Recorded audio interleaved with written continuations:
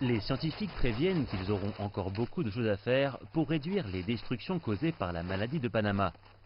Elle pénètre les bananiers via la racine et peut mener à la perte rapide de plantations entières. Les scientifiques disent que les bananes d'altitude d'Afrique de l'Est ne sont pas affectées, mais ils restent en alerte. Pour le moment, nous observons les variétés qui sont vulnérables. Les nôtres ne font pas partie de celles qui ont été attaquées pour le moment. Tant que nos bananes ne sont pas résistantes, nous ne pouvons pas être rassurés. La maladie a décimé les plantations au début des années 1990 en Amérique latine, jusqu'à ce qu'une variété plus résistante appelée Cavendish soit créée.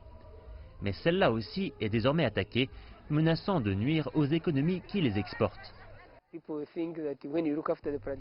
Les gens pensent que quand on surveille bien sa plantation, on peut résister à la maladie, mais ce n'est pas le cas avec le fusarium. Nous devons développer des variétés résistantes et cela ne se fait pas rapidement. Nous avons besoin de temps pour développer ces variétés. L'Ouganda produit plus de bananes que n'importe quel autre pays en Afrique et se place à la deuxième place internationale derrière l'Inde. La plupart de la production est consommée localement.